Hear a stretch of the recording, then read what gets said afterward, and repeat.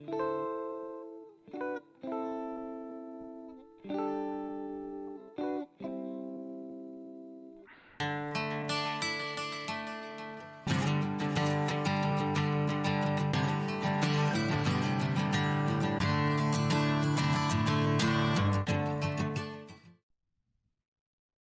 back to Grump's barn. Right, today we start on the back axle,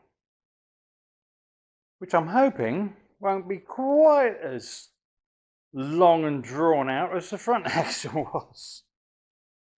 We shall see. Depends what's underneath the crap on it, really, I suppose. Quite a bit of work to do, but hopefully it shouldn't be quite as bad as the front one, but never say never. Right, excuse me. Suppose I better get on. Start disassembling the damn thing first. I'll take these springs off, get the shockers off, and get the trailing arms off. And I think I might just take off the A-frame as well. I'll leave the ball joint connected, I think. Can't be asked to try and undo that. He'll be fine, but he hasn't been on there that long. But no, it's a pain in the bloody arse to do up in the best of times. As soon as I don't really have to, I can just disconnect the two bolts down here holding it together. I think I might do that because I'm going to have to take these off because they need a damn good clean up. They're going to have to go in the shop blaster. Yeah, the old blast cabinet will sort them out in no time. The arms themselves don't look too bad at all, actually. It's pretty grubby. The whole lot's going to be cleaned up and repainted as ever. And like last time, I think I'll just do the main part of it. And then once I've got it up on my trusty old workmate, then I'll take off the calipers and stuff and get to the mud shields and clean them up and everything. Do the hubs, clean and repaint them, might as well while I'm there. So, without further ado, let's get on. I'll probably disconnect the coils first. That looks like fun. Totally grotted up. At least you can see the tops of the bolts in there. Couldn't originally, I've had to clean them up to get to that. Right, let's get them undone. Well, I knew I was being far too optimistic. Managed to get those nuts and bolts going, and then they just locked up because you can't get in there to clean them up properly. They're hidden too well. I'm going to have to cut the tops off those, but I got them loose enough to get the spring off with a little bit of help from a lump hammer. And this one, well, as you can see, I've bent this right up and then whacked it off with a lump hammer to get it off. Again, I'll just cut the tops off these to free them up. Ah dear, I knew it was going to be fun. Yeah, I love it. Right, fucking thing. Yeah, next thing to do, I think, is clean this off as best I can. See if I can get that off without cutting it. If not, those will be cut off as well. It does mean firing up the Jenny, but never mind. These things have to be done. Right, see what happens with these. There you go. I gave up in the end and cut the buggers off. So yeah, no suspension on there, no seats on there. In fact, the seats underneath, not too bad at all. Nicely reusable. Don't have to chop them off and cut new one, put new ones on, which is nice. Yeah, the mountings there nice and strong. Oh. Now all I've got to do, take off the trailing arms and disconnect the A-frame arms. I'm just going to disconnect for the moment these two bolts here, that one and that one. So leave the A-frame on there for the minute. If I have to take it off I will, but I'd rather not. It is a pain in the backside, but although without the car it's not quite so bad. But we shall see. We'll see how it goes. Right, let's find out what size these bolts are. Well, there we go. That's the A-frame off. As I say, I'll think about taking the ball joint off if I need to, but hopefully I won't need to. Just 19mm nut and bolt on both bits. I knew those were going to come out easily because, as I say, I only replaced the entire ball joint a little while back. They came out very easily. Oh, and I forgot to mention the original nuts and bolts that were holding the spring seats on and the coil spring retainer. They appeared to be 11/16. Hard to tell. Although the new ones that are going on are a lot smaller than that, so yours may be different. Right, now to get these bloody trailing arms off. They're a 24mm either end. Back in a sec. Bloody thing. Well, I got the nut off. That was a complete twat. Fucking tight, but did come off eventually. But the bolt is stuck solid. Absolutely fucking solid in there. I'm going to give it a good soaking overnight. See what happens tomorrow. If it's still stuck tight, I'm going to have to get some heat in there, I think. Ah, dear me. What a bugger. Right, that's me done for today anyway. I've just knackered myself out trying to get that bloody thing to move. Here's my nice big long breaker bar with a dirty great scaffold pole on the end of it. And nope, was not moving at all. I was in danger of breaking the bloody breaker bar. Oh well, never mind. Right.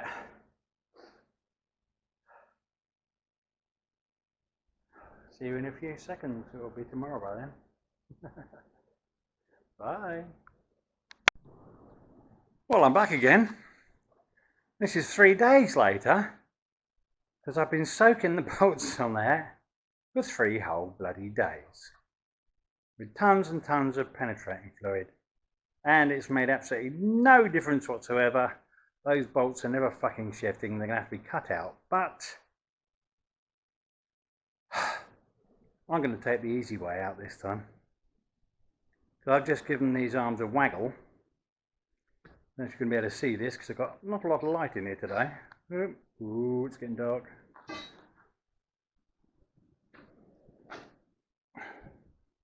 That has very little movement, it's just on the rubber. And it's actually not clunky or moving about in any way. The other one, which I probably won't be able to see. No, that's darker. Hang on a minute. Let me just rearrange. Oh, there we go. That has bugger all movement at all. The rubbers are not actually that bad. Thinking about it, I did replace those about 15 years ago. And they're actually not too bad. And in fact, the ones that lock into the frame, now let's grab one. One just flew off over here somewhere because I had to hit it so bloody hard to get it off. There we go. These little buggers. These actually aren't too bad at all because they're replaced at the same time. But I'm going to replace these anyway because I might as well while I'm there. But as for the ones on the trailing arms, now they can bugger off. I'm not going to replace those now. If at some time in the future they need replacing, I'll do it in situ. I would just have to buy myself a reciprocating saw, because that's about the only bloody way of getting the damn things out like that. Or as Uncle Mike calls it in Canada, a sawzall. Yeah, basically a reciprocating saw with a nice bimetallic metal cutting blade will get through those quite happily, chop them out in situ so you can actually get them out. But I don't have anything like that, and I don't have the money for one at the moment. Oh well, never mind. So what I should be doing next is cleaning this axle up and painting it up. But I shall leave those two rubbers in place, bugger it. I'm just not going to bother replacing them, as I say. I will just put a new nut on where I took the old one off, because the new one obviously is a new nylock. Not that that thing's ever going to come out, because it's welded itself firmly in there with lots of rust. Frozen, as they say. Completely and fucking utterly. But never mind. At least they're all right. And they can be left in place. I just would have changed them as a matter of course. Just because I am changing every bloody thing. But those, no, can't get at them. And as I say, I've got no other way of getting those out. I can't heat them, because I wasn't thinking when I said that last time that I was going to heat them up. Of course you can't, because of all the rubber in there. Before you know it, you'll have the rubber on fire, and that rubber is so bloody toxic when it burns that no, it doesn't bear thinking about. So no bollocks, they work. They'll stay. All I've got to do now is clean every fucking thing up still, and there's a shitload of rust and that on there.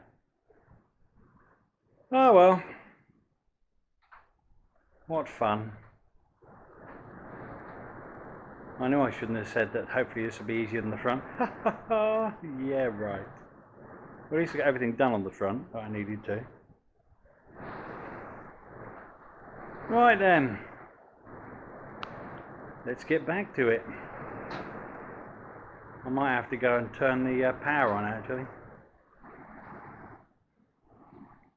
I can actually get a decent wire brush on there, because that's got some really heavy bloody scale on that. It's going to be very difficult to get rid of with just a normal wire brush. Well, there you can, I don't know if you can hear it, but it's blowing a hell of a gale out there. Which is why I haven't opened the door to get a bit more light in here. If I do, it's liable to get blown off. Right then, I'm going to go and turn some power on and get a wire brush going over that axle. See what we can do. Back in a bit. Oh, now we have some light. I can show you this. Yeah, it's hardly moving. It's just on the rubber. There is no sloppiness or anything in that. And the same in this one. Very little movement. So yeah, they're fine. You can see I put a new nut on that side. No point in putting the old one back on. I need to have it fall off again. But now I need to get my wire brush attachment, chuck it on the grinder, and start cleaning this bloody thing up. Remember, boys and girls, if you're going to be using a wire brush in a grinder, you need to dress like you're going out shopping. Yes. Especially when there's as much fucking shit around on the thing you're cleaning up as I've got here. Yeah, so goggles, mask. I was wearing gloves, I've just taken them off. And if you look down here, you'll see how nasty these little buggers are. Look at this. I have a leg full of bits of wire. Wonderful, isn't it? Yeah, so don't play with these things lightly. They'll have you as soon as they look at you. I am absolutely covered in teeny bits of razor sharp wire, all sticking out of my trousers.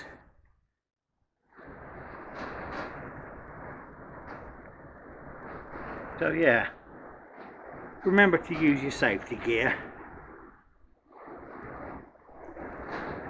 And if you want to be really safe, let someone else do it. Good grief. There we go.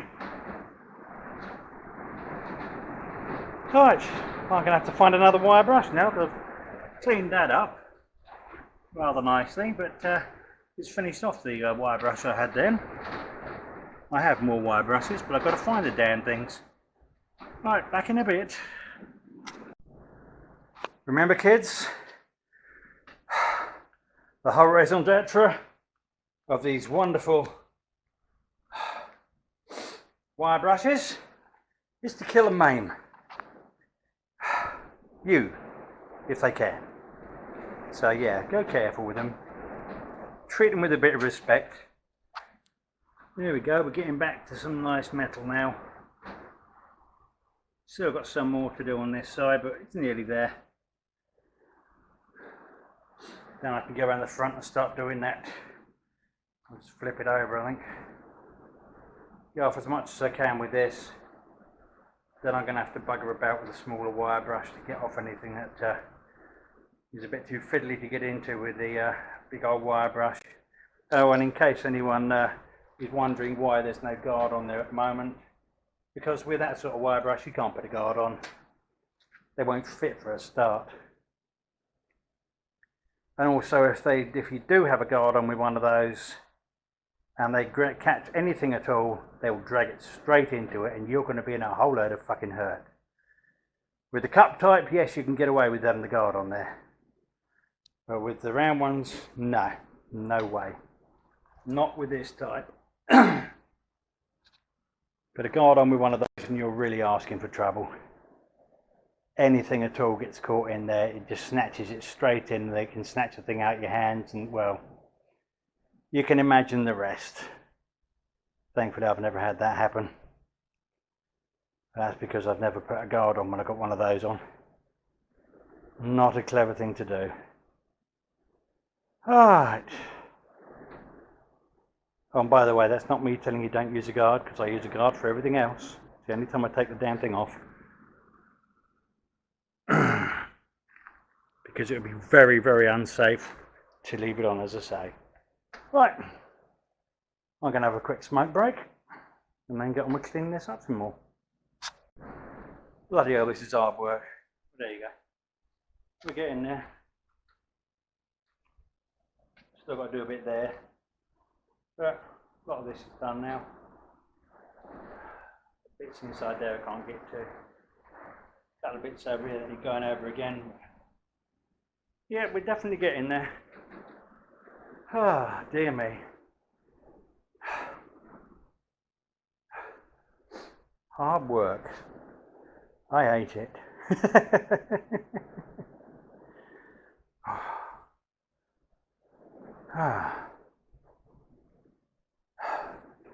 Another quick break, then I'll get on with it. Some more of this shit cleaned off, but we're nearly there. And once I've done that, I can just brush the old vac down all over it. And that will soak into and take care of any little bits of rust that are left. Ah, blimey. Remind me, why the fuck am I doing this? I know there was a reason for it. I just can't remember what it was now. Ah. But then I just look over there and think, halfway there. Well, having a rolling chassis. I'm saying nothing about what the rest of it's going to be like. Nothing at all. Good grief. Right, Back in a bit. Alright, well that's enough from me from now, I think. Well, from me for now, even. Put my teeth in. Yep, it's pretty much clean. Needs a quick wipe over still with a wire brush to get a few bits that I haven't quite got at. And then I shall paint it up with the old back tan, which is basically tannic acid and some other bits and bobs that changes the rust into a more stable form where it doesn't rust anymore, and leaves a coating over it to protect it, which you can then paint over, as you saw with the front. Bloody hell. Oh, I've still got all that to do there. It's still filthy, but never mind. Everything else is done. Got a hell of a lot of crap off that. Starting to look like an axle again now, rather than just a pile of shit. Right then. Thank you for watching. And thank you for all those lovely people who've subscribed. 292 now, I think it was. We're going to get that 300 soon, you know. And when we do, we'll have 300. As I say, that's 297 more than I ever expected. So keep safe, people. Take care out there. And don't forget, if you're going to do any wire brushing with a excuse me, with your angle grinder, then dress as if you're going out to the supermarket. Not that I go out to the supermarket dressed like that, but there you go. Take care, people. See you soon. Bye.